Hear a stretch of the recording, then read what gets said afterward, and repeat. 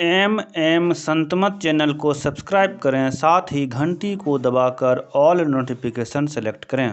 आप सभी से आग्रह है कि सत्संग को पूरा अंतिम तक देखें। श्री सद्गुरु महाराज की जय। महर्षि में ही सत्संग सुधा सागर, प्रवचन नंबर 67, जीवन काल में विदेह मुक्ति। संत सद्गुरु महर्षि में ही परमहंस जी महाराज का यह प्रवचन कटिहार जिला अंतर्गत श्री संतमत सत्संग मंदिर मनिहारी में दिनांक 16 मार्च 1954 ईस्वी को अपराह्नकालीन सत्संग में हुआ था। बंदो गुरुपद कंज कृपा सिंधु नर रूप हरि महामोहतम पुंज जासु बचन रवि कर निकर। धर्मानुरागिनी प्यारी जनता, हम लोग जितने हैं सबके सब बंधन में पड़े हैं। हमारे ऊपर शरीर और संसार का बंधन है। जैसे कोई कारागार में हो, उसका अहाता बहुत बड़ा होता है, उसमें बहुत कोठरियाँ होती हैं, उसमें कारावास भोगने वाले होते हैं।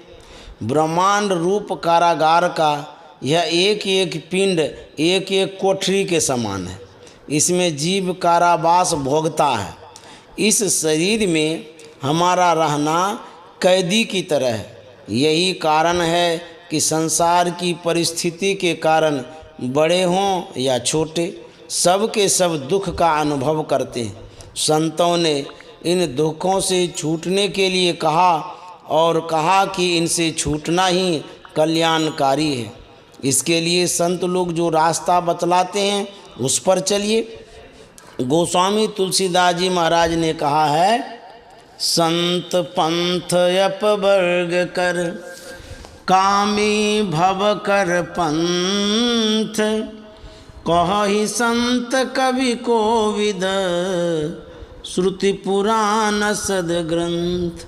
मोक्ष के लिए चेष्टा करो, प्रयास करो, सारे बंधनों से छूट जाओ। यही उनकी पुकार है। बंधन में रहने के वास्ते उसका बीज या अंकुर तुम्हारे अंदर है, ऐसा संतों ने कहा है। अपना अंदर शुद्ध करो, बीज को नष्ट करो तो तुम बंधन से छूट जाओगे। यह बीज क्या है? चित्त का धर्म है। मैं सुखी हूँ, मैं दुखी हूँ, मैं करता हूँ, मैं भोगता हूँ। ये चारों बातें उठती रहती हैं। जिस प्रकार शरीर को कितना हूँ धो, उसमें मैल आती ही रहती है, उसी प्रकार चित्त में इसका धर्म होता ही रहता है। इसको क्षय करने के लिए भगवान श्री राम ने उपदेश दिया और कहा कि शरीर रहते मुक्ति प्राप्त करो। इसी को जीवन मुक्त कहते हैं। जीवन काल में भी विदेह मुक्त कहलाता है, इसलिए कि शरीर में जो सुख दुख होते हैं उसको वह कुछ नहीं जानता। कर्म मंडल से जब तक कोई ऊपर नहीं उठता तब तक चित्त धर्म होता ही रहता है। इसके लिए भगवान श्री राम ने श्रवण मनन निधिध्यासन और अनुभव ज्ञान प्राप्त करने के लिए कहा। सुनो, समझो और सुन समझकर जो निर्णय हो उस कर्म को करो। कर्म करते करते कर्म का अंत होगा, तब अनुभव होता है, तभी चित्त का धर्म छूटता है। यह उसी तरह साधा जाता है जिस तरह कोई किसी विद्या का सीखने का अभ्यास करता है। थोड़ा थोड़ा सीखते सीखते उस विद्या में वह निपुण होता है। तुम संसार में जब तक रहते हो विषय भोग में लगे रहते हो, किंतु संतुष्टि होती नहीं। संतुष्टि नहीं तो सुख कहाँ? विषयानंद में तुम कभी सुखी नहीं हो सकते। चित्त धर्म से ऊपर उठो, विषयानंद में खींचो मत। विषयों से ऊपर आत्म अनुभवानंद है, उसको प्राप्त करो, तब नित्यानंद मिलता है। जिस आनंद को पाकर किसी प्रकार की कल्पना नहीं होती, आगे बढ़कर वे कहते हैं, जब तक तुम्हारे अंदर इच्छा रहेगी और प्राण स्पंदन रहेगा, तुम्हारा चित्त धर्म नाश नहीं हो सकता। इसके लिए तुम दोनों में से एक का दमन करो। तो वासना और प्राण स्पंदन दोनों दमित हो जाएंगे। प्राण का अर्थ प्राण वायु नहीं जानना चाहिए। फेफड़े में जो वायु खींचने और फेंकने का काम जिस जीवनी शक्ति से होता है वह प्राण है। जो वायु उससे संबंधित होती है वह प्राण वायु है। उसके स्पंदन को रोको या इच्छा को दबाओ, दोनों में से किसी को रोको तो दोनों रुक जाएंगे। प्राण में स्पंदन होने से मन में कुछ न कुछ भाव उत्पन्न होता है। इच्छा को रोको, यह सरल तरीका है। इच्छाओं को रोकने के लिए ध्यान सरल उपाय है। एक और मन को लगाने से जहाँ मन लगाते हैं वहाँ से मन भागता है, फिर लौटा लौटा कर उसी स्थान पर लाते हैं। यह प्रत्याहार है। बारंबार प्रत्याहार होते होते धारणा होती है और फिर ध्यान होता है। पूर्ण सिमटाव होने से ऊर्ध्वगति होती है। ऊर्ध्वगति होने से आवरणों का छेदन होता है। तब चेतन आत्मा सब आवरणों को पार कर ऊपर उठ जाती है। यही मोक्ष है। इससे क्या होता है? परमात्मा को पाता है। आवरणहीन हो जाने से जैसे मठाकाश, घटाकाश और महदाकाश एक ही होता है, उसी तरह उपाधिहीन या आवरणहीन होने पर चेतन आत्मा अपने को पाती है और परमात्मा को भी पाती है।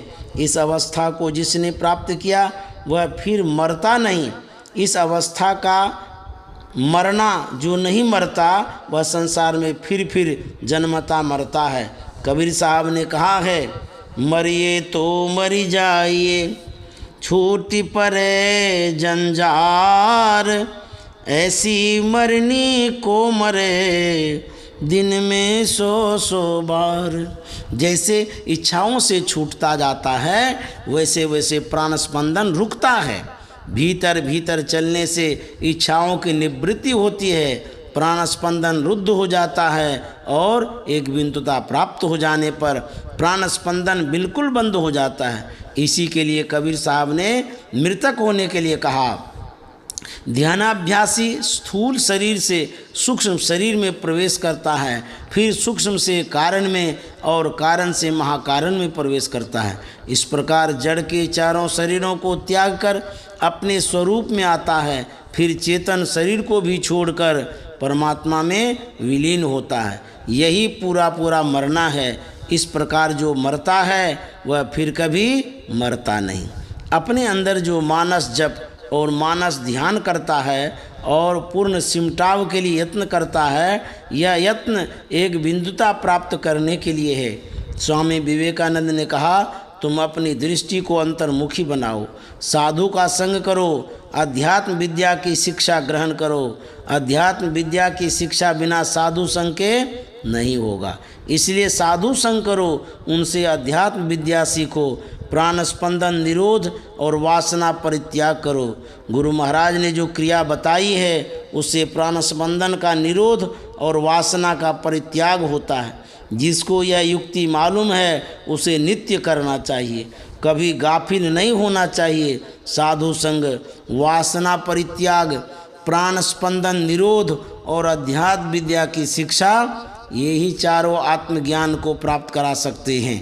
भगवान श्री राम ने हनुमान जी को उपदेश दिया कि तुम मेरे अशब्द, अरूप, अस्पर्श, अगंध और गोत्रहीन दुख हरण करने वाले रूप का नित्य भजन करो। लोग स्थूल सौंदर्य में आसक्ति रखते हैं, किंतु यदि सूक्ष्म के बिंदु रूप सौंदर्य को प्राप्त करें तो स्थूल सौंदर्य स्वतः छूट जाएगा और वह जब कारण के दिव्य सौंदर्य को प्राप्त करेगा तो सूक्ष्म का सौंदर्य भी छूट जाएगा। इस प्रकार क्रम क्रम से वह रूप से अरूप में चला जाएगा, फिर परमात्मा को प्राप्त करेगा। यम ने नचिकेता को समझाया कि मनुष्य को बहुत शुद्ध होना चाहिए, ब्रह्मवत परिशुद्ध नहीं होकर कोई परमात्मा को प्राप्त नहीं कर सकता। इसलिए झूठ, चोरी, नशा, हिंसा और व्यभिचार मत करो। खान पान सात्विक होना चाहिए। जो सात्विकता के लिए यत्न नहीं करता, रजोगुण और तमोगुण में फंसा रहता है और परमार्थ की ओर चलना चाहता है, तो वह वैसा ही होगा जैसे भूमि पड़ा चाहे छुअन आकाशा कहा गया है। इसलिए खान पान को पवित्र रखो। खान पान का असर मन पर पड़ता है। यदि खान पान का असर मन पर नहीं पड़ता तो भांग खाने और शराब पीने से मस्तिष्क क्यों गड़बड़ा जाता है।